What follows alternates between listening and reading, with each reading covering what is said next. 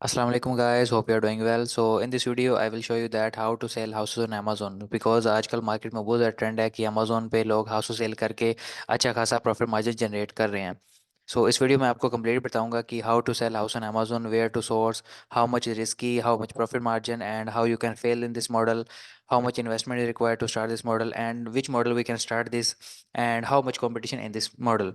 ठीक है। तो आपको सारे इस वीडियो में कंप्लीट बताऊंगा, बस आपने कंप्लीट वीडियो को वॉच करना है और आपको सारे ए टू दी आपको समझ आ जाएगी और आप भी इसमें इजीली स्टार्टअप कर सकते हैं। जहाँ पे इतने लोग इतने सेलर्स वहाँ पे स्टार्टअप करके तो अच्छा खासा प्रॉफिट मार्जिन जनरेट कर रहे हैं, सो आप क्यों नहीं कर सकते। So that's a simple and easy process. So आपको सारा कंप्लीट बताऊंगा, आपने उसको फॉलो अप करना है। तो सबसे पहले आपने अमेजोन पे देख लेना है कि उस प्रोडक्ट का क्राइटेरिया जो भी है सारा। तो यहाँ पे जस्ट मैं भी लिखता हूँ पोर्टेबल हाउसेज। आपने अभी अमेजोन के सर्च बार में लिखेंगे तो आपको यहाँ पे सारे ज़्यादा काफ़ी आ जाएंगे। अब ये देखिए सारे वो हाउसेज हैं जो कि अमेजोन पे लोग सेल आउट कर रहे हैं, जो पोर्टेबल हाउसेज हैं। अब इसकी जो कॉस्ट भी डिफरेंट है, किसी ने लगाया होगा ये 38,000 का, 6,000 का, 10,000 का, मल्टीपल वेरिएशन में सब ने लगाया हुआ है। और कोई तो ऐसे हैं कि जिन्होंने अभी इसमें पीपी से भी कैंपेन भी रन किया हुआ है। यहाँ पे चेक कर सकते हैं, स्पॉन्सर्ड भी आ रहा है यहाँ पे लिखा हुआ है इनके साथ। यहाँ पे नीचे लोग कुछ सेल आउट कर रहे हैं, इनके अपने अपने डिफरेंट डिफरेंट सबने प्राइसेस वगैरह लगाई है और सबके अलग अलग इसमें वेरिएशन भी है। अब आपने इनमें से विनिंग आपने कैसे फाइंड आउट करना है कि आपका विनिंग आपकी कौन सी हाउसेज होगा और आपने किस तरह में सेल करना है। So let me show you and give you an example that. So let me open this one and another one. So मैं आपको यहाँ पे दो ओपन करके देता हूँ, आपको एग्जांपल दिखाता हूँ कि आपने क्या क्या क्राइटेरिया इसमें देखना है, क्या क्या रिक्वायरमेंट इसकी होनी चाहिए और आप किस तरह इसमें सेलिंग कर सकते हैं।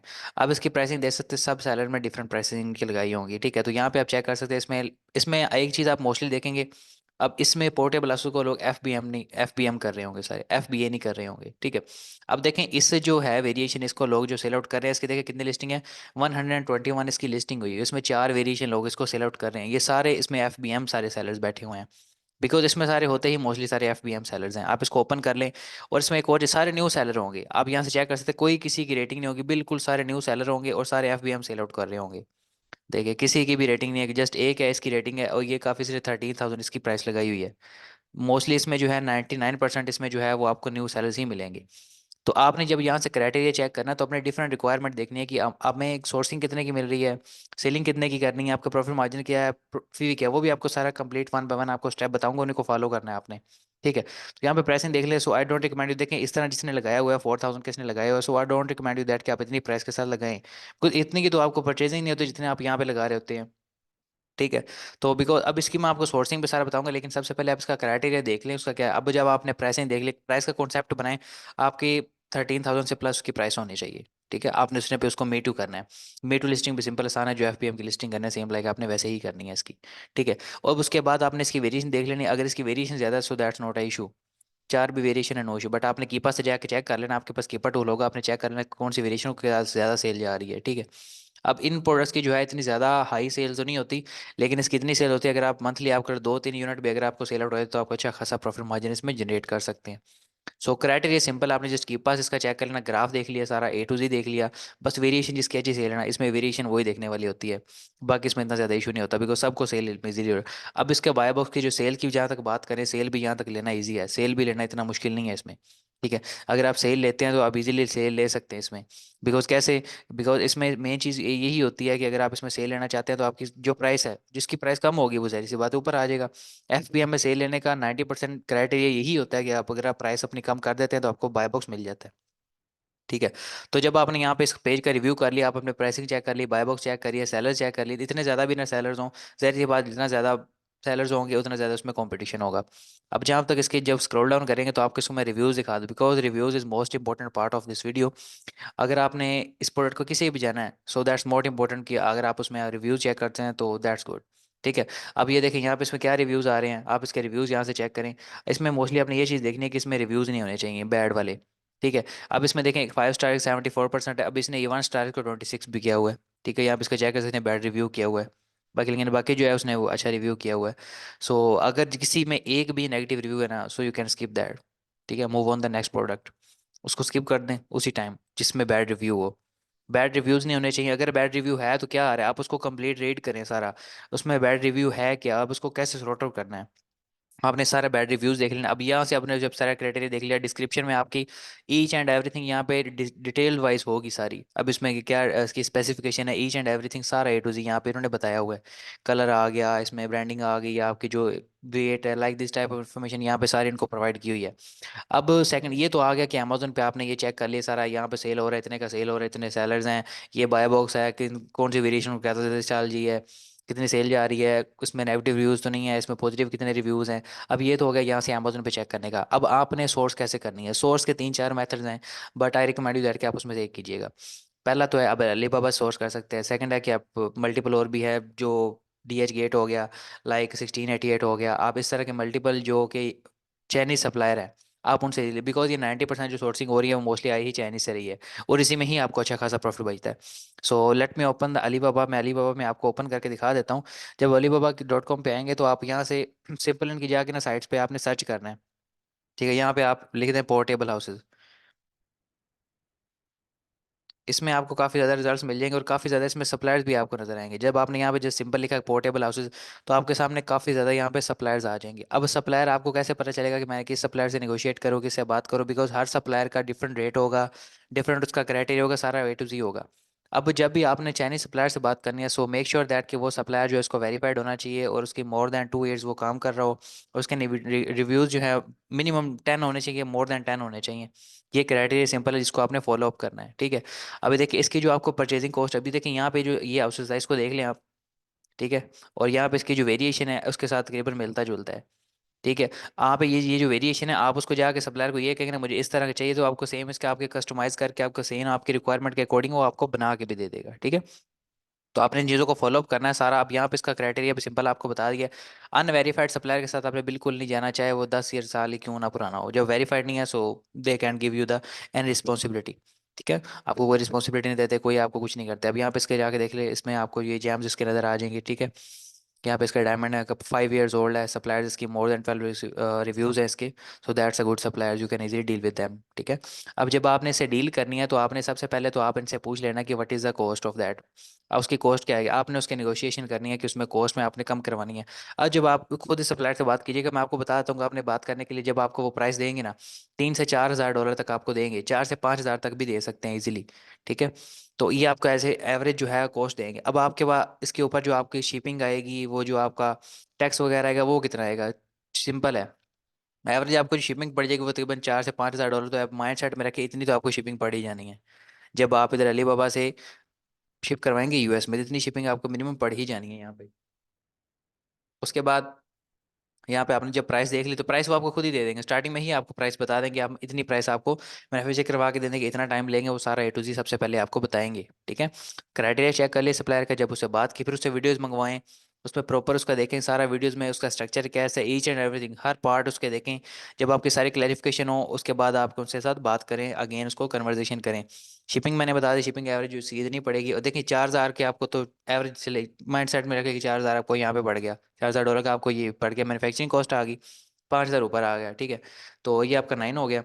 अब इसको जो आपने सेलिंग करनी है कि इसमें FBA फ़ी भी डालनी है। अब FBA फ़ी भी अच्छी खासी का भी है, बल्कि इस पे FBA फ़ी तो नहीं है, इसमें आपको जो आती है रेफरल फ़ी आ जाती है इसमें। ठीक है, वो तो आपको देनी पड़ेगी, जो 15% होती है वो को आपने अमेजोन पे सेलिंग करनी है, वो तो आपको देनी ही पड़ती है, चाहे वो आपके 10 हज़ार की प्रोडक्ट है, चाहे वो $10 की प्रोडक्ट है।